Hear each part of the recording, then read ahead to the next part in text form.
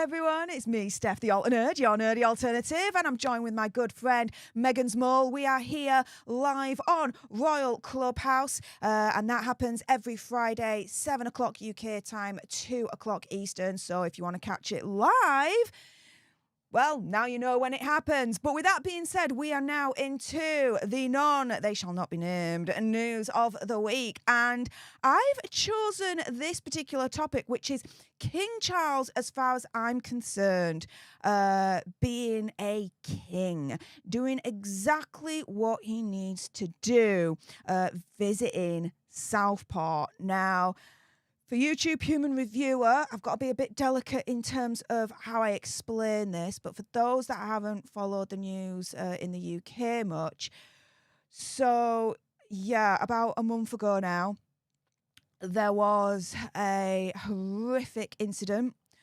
where a man decided to go to an area full of school children and with a knife attack them.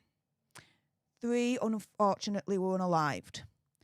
And so King Charles has made it to Southport to provide his condolences, his support, and I suppose do what he does best. I think he definitely learned from the best here when it comes to Queen Elizabeth.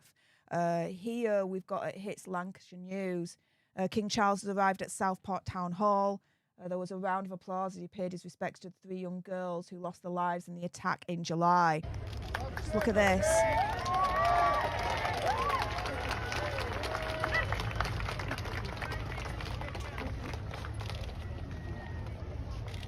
And it's just absolutely heartbreaking when you look at this and you look at all the teddy bears and the flowers and the tributes to these little girls whose funerals they are happening as we speak at this point.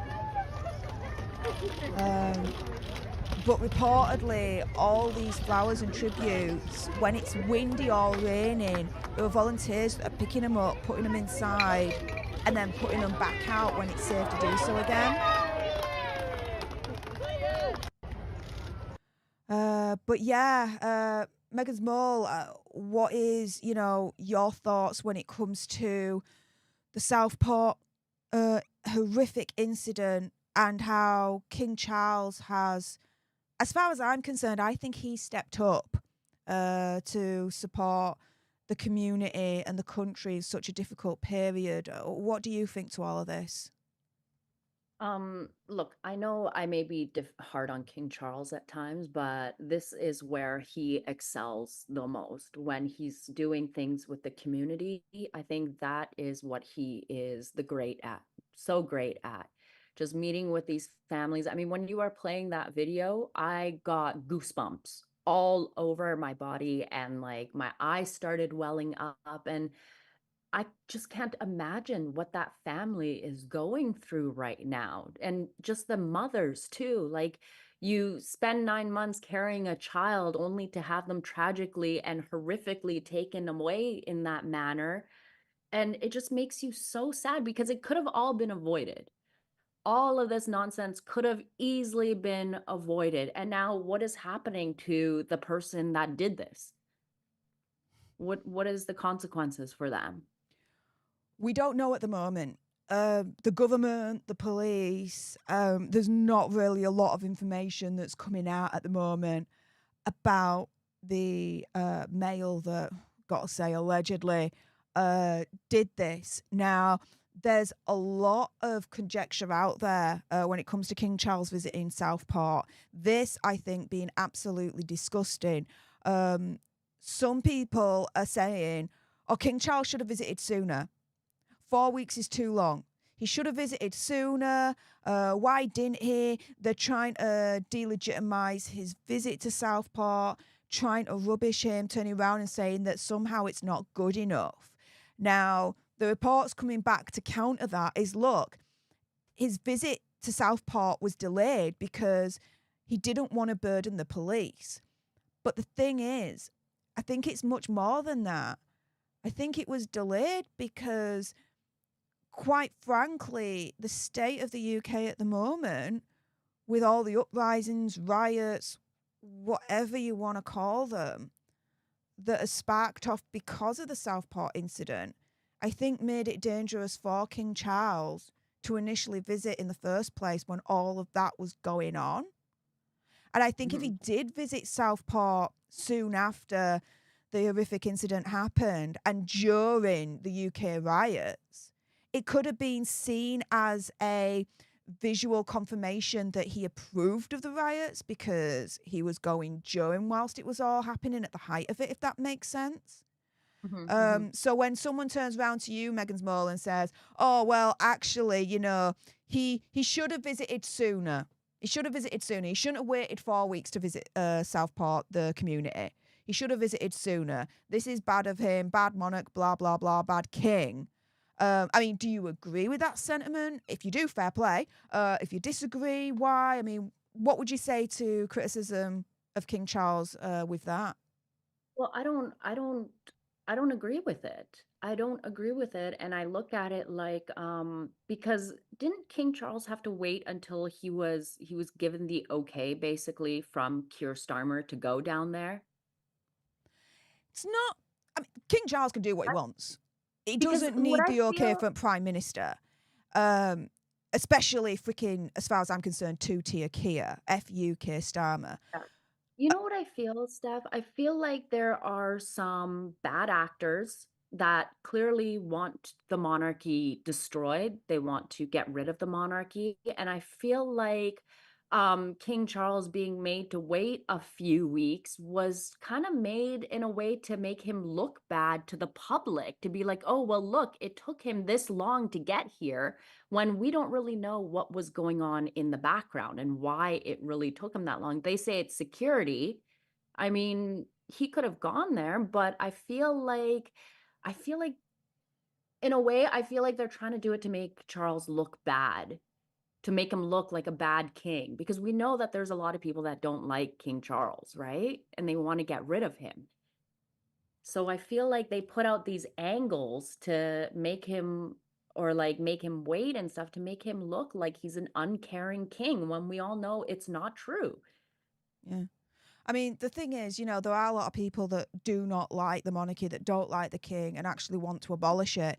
Recent Yeah. polls are showing that actually the majority still want the monarchy in place. They still approve of the king, the queen, Prince William, Princess Catherine, the whole lot of them, right? Apart from Prince Andrew, Prince Hazard, and Megsy. For some Mhm. unknown reason, who knew? Oh my goodness! No, You I said just it. broke my You thing. said No, it. no, I just broke my one rule. Shiz. Okay, let's forget that ever happened. Anywho, the thing is though, those that are trying to bring down the monarchy, those that are trying to bring down King Charles by using, what happened in Southport as some kind of pawn, for all of this, actually, as far as I'm concerned, is disgusting that they're using that in the first place to try and take him down, take the monarchy down, and that's really a futile attempt when you look at things like this, at freedom underscore 007 underscore the British Prince second, despite what critics say, royal family still has a unique connection and relationship with the public that politicians lack. An unspoken agreement with a history spanning a millennium and a bond that evolves and endures, which is quintessentially British. I mean, here, he's arriving.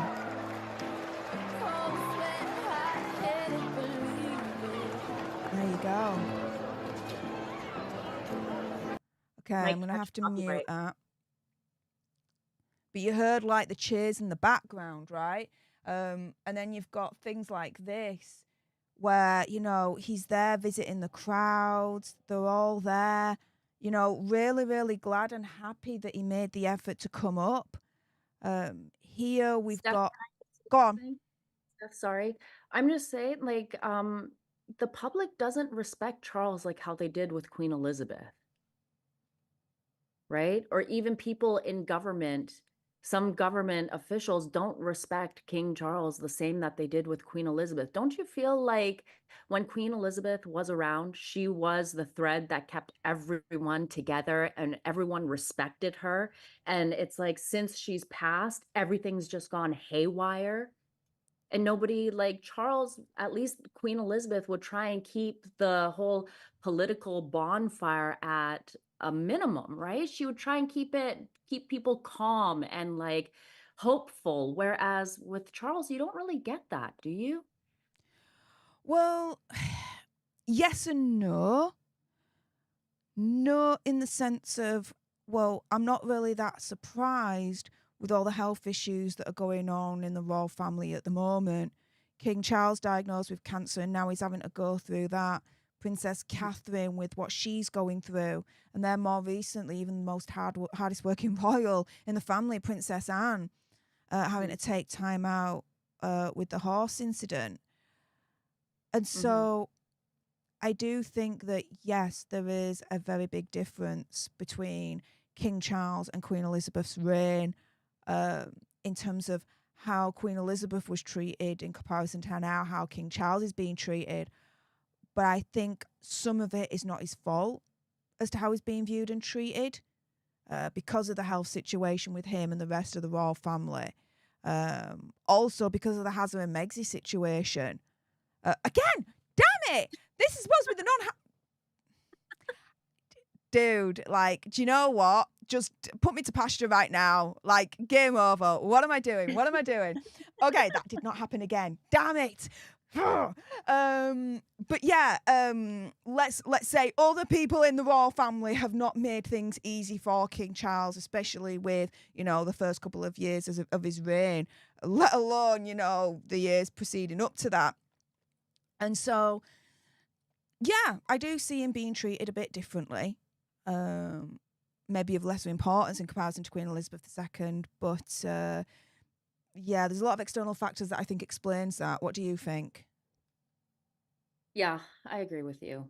I agree with you there 100%. Mm. I just I just wish that King Charles would just rip the band-aid off and just cut the umbilical cord with the dimwit and I didn't want to say the name.